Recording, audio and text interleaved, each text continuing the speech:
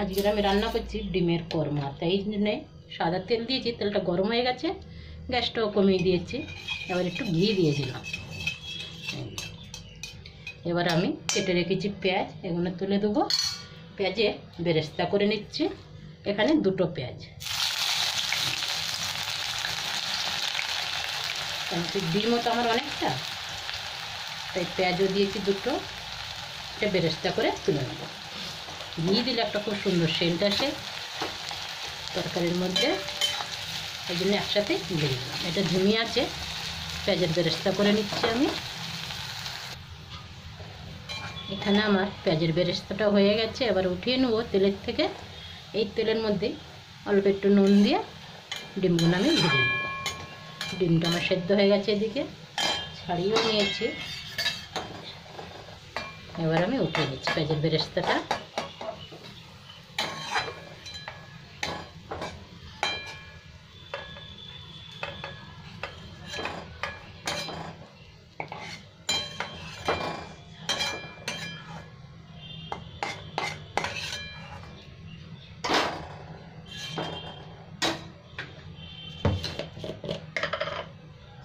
অল্প একটু নুন দিয়ে দিলাম তেলের মধ্যে।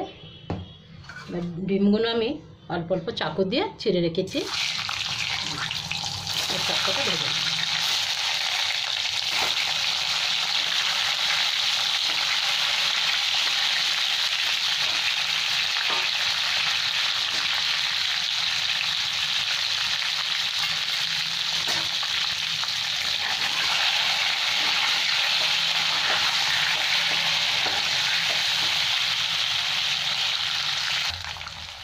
এখানে আমার ডিমগুলো ভাজা হয়ে গেছে, এবার আমি উঠিয়ে নিচ্ছি।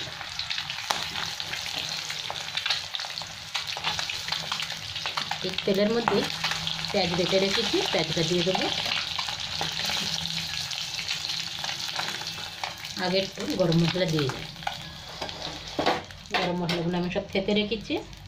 এখানে দারচিনি 4 টুকরো, এলাচ 4টে থেতে রেখেছি, ছোটো এলাইচি। এখানে 4টে দিলাম লবঙ্গ, আর কটা গোলমরিচ দিয়ে দিলাম।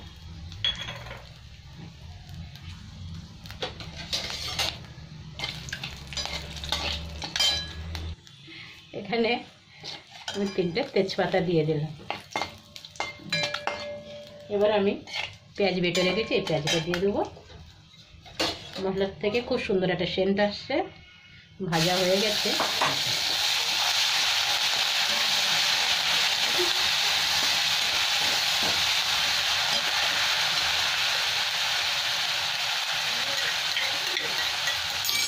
এবার এই পেঁয়াজটা ভালো করে ভেজে নিয়ে যাবে। এখানে আমার পেঁয়াজটা ভাজা হয়ে গেছে, তেলও ছেড়ে দিয়েছে। এবার আমি এখানে কাঁচা লঙ্কা, আদা আর রসুন বেটে রেখেছি, এটা 1 চামচ দিয়ে দিলাম বাটা মশলাটা। এবার আমি একটু আরও 2-3 মিনিট ভেজে নেব।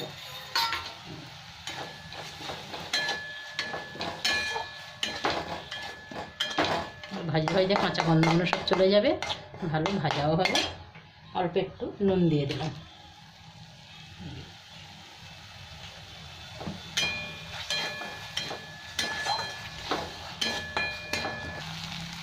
আমার মশলাটা ভাজা হয়ে গেছে, পুরো তেল ছেড়ে দিয়েছে।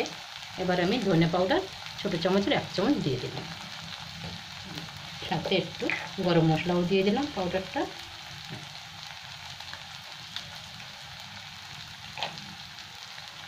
খুব হালকা 1 চিমটির মতো কাশ্মীরি লঙ্কার গুঁড়ো দিলাম, এটা একটু কালার আসবে।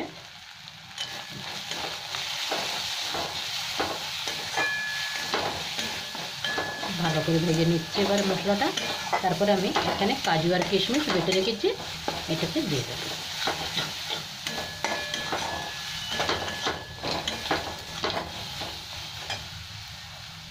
এখানে 10-12টা আমার কাজু বাদাম আর 10-12টা কিশমিশ আছে বাটা, এটা দিয়ে দেবো।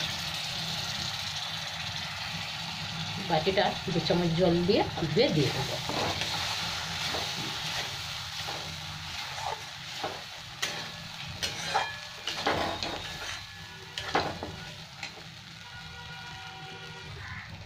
মশলার থেকে তেল ছেড়ে দিয়েছে পুরো, এবার আমি ভেজে রাখা ডিমগুলো সব দিয়ে দিলাম।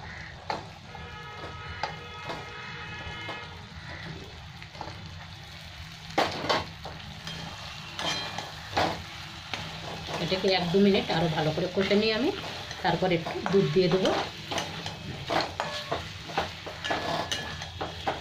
খুব সুন্দর একটা সেন্ট আসে মশলা থেকে। ভাজাটা ভালো হয়েছে মশলাটা আজকের আমার। মশলা যত ভালো হয় ভাজা, তরকারির স্বাদও হয়, খেতেও খুব ভালো হয়।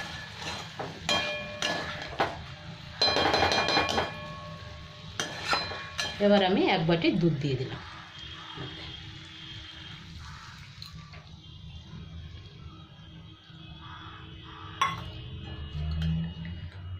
এবার একটু ফুটবে, তারপরে আমি পেঁয়াজের বেরেস্তা দিয়ে দেবো।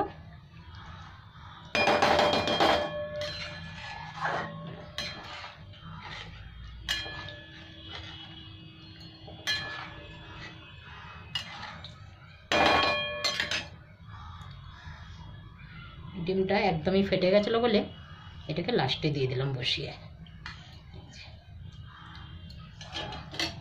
এবার এটা ফুটে যাবে।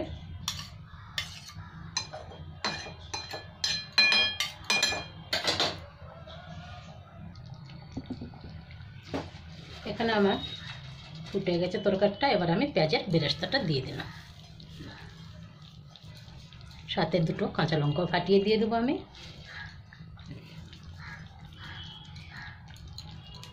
কাঁচা লঙ্কাগুলো দিয়ে দিলাম, আগে তো বেটে দিয়েছিলাম, এবার এই গোটা দিয়ে দিলাম।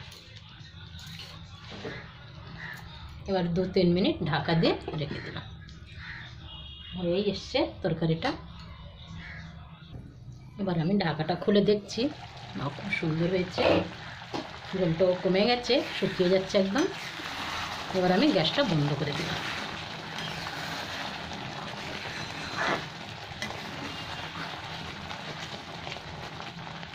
আমার হয়ে গেছে, গ্যাস বন্ধ করলাম।